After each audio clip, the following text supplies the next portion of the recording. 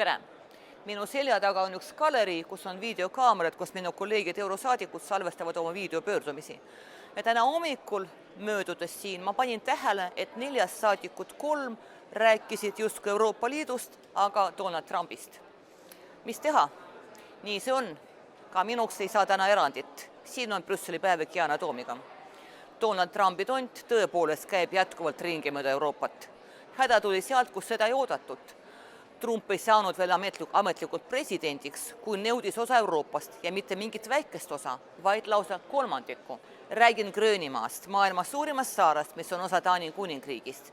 Kaardil ei paista see hiiglastik saar Atlandi ookeani ja Põhja-Jäämere vahel nii suur välja, kuid tegelikkuses on see üle 2 miljoni ruutkilomeetri suurune. Võrdluseks, kogu Euroopa Liidu pindala on üle 4 miljoni. Gröönimaa, mis on küll osa Taanist, ei kuulu Euroopa Liitu, saarel on autonoomia ja aastal 1985 nad lahkusid ühisturult vaidluse tõttu kalapüügiõiguse üle. Nagu mõnedki, kui kuulsin Trumpi ideest, muigasin, poliitiline tsirkus ei muud, aga asi on naljast kauge. Kõigepealt pakkus Trump Gröönimaa ostmist, millest nii Kopenhaagen kui ka saare peale Nuuk keeldusid. Siis ütles Trump, et ei välista sõjalist sissetungi. See tähendab, üks NATO liige ähvardab teist sõjaga ja ülejäänud vaatavad suu lahti. Kui USA ründab Taanit, vaevalt keegi rakendab 5. artiklit.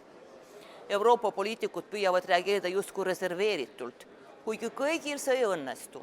Minu kolleeg, taanlane Andres Vitsinen, ütles parlamendi tribüünilt, et Trump võiks fuck off, ütleme, et metsa minna. Selle nädala teisipäeval lendas Taani peaminister Mette Frederiksen Berliini, Pariisi, Brüsselisse ja kõikjal pidas läbi rääkimisi, kuidas end Trumpi eest kaitsta. Enamgi veel, Prantsuse välisminister tegi ettepaneku saata Gröönimaale Prantsuse väed, et kaitsta saart ameeriklaste eest.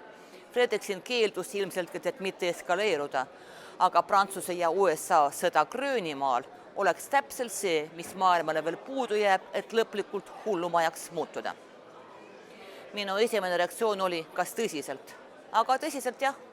Asi pole selles, et USA tähtis juba 19. sajandil Gröönimaad osta, või et ameeriklastel on seal sõjaväebaas, või et Gröönimaa on Ameerika kaitseliin hüpoteetilise vaenlase vastu. Ei, võtmesõna on siin Arktika. Rahvusvahelise õiguse kohaselt on Arktika jagatud 8 riigi jurisdiktsioonideks, nende hulgast on ka Taani oma. Tänu Gröönimaale pretendeerib Kopenhaagen 900 000 ruutkilomeetrile Arktika šelfist. Varem oli see paksu jää all, kuid globaalse soojenemise tõttu, mida Trump muideks eitab, on jääd iga aastaga vähem, mis avab hullumeelseid võimalusi, kalapüük, transport, maavarude kaevandamine. Ja maavarusid on Arktikas palju. 20% maailma nafta ja gaasivarudest, 95% maailma plaatinagrupi metalle, pluss nikkel, haruldased muldmetallid, apatiidid.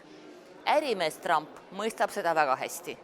Seepärast kavatseb president Trump haarata Gröönimaa, mis on võti Arktikasse. Tegelikult on võitlus polaarterritooriumide pärast kestnud juba pikka aega. Esikohal on siin Venemaa, mis toodab 80% oma gaasist Arktikas. Ja kummalisel viisil ka Hiina, mis ei ole sõna otseses mõttes Arktika riik, kuid kellel on seal huvid. Venemaa kirdeväil ehk Põhjameretee on lühim transpordikoridor Euroopa ja Hiina vahel. Juba aastal 2018 kuulutas Peking välja polaarse siiditee projekti. Venemaal on umbes 40 jäämurdjat, millest 8 on tuumaenergial töötavad, ehitatakse ka uusi. Ameerika Ühendriikideks on 2 jäämurdjat. Ameerika on Arktika uurimisel pehmelt öeldes maha jäänud.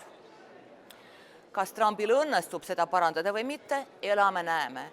Hiljutise küsitluse kohaselt ei taha 85% gröönlastest USA osaks saada.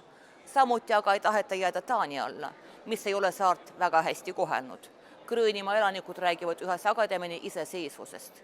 Kaalul on suur raha ja võib olla sõjaline konflikt. Seega on hirmunud Taani otsustanud kiiresti investeerida Gröönimaa kaitsesse peaaegu 2 miljardit eurot. Minu arvates on see parim näide sellest, kuidas Trump on mõne päevaga Euroopat suutnud mõjutada. Ning see on kardetavasti alles algus. Püsige terved ja kohtume nädala pärast.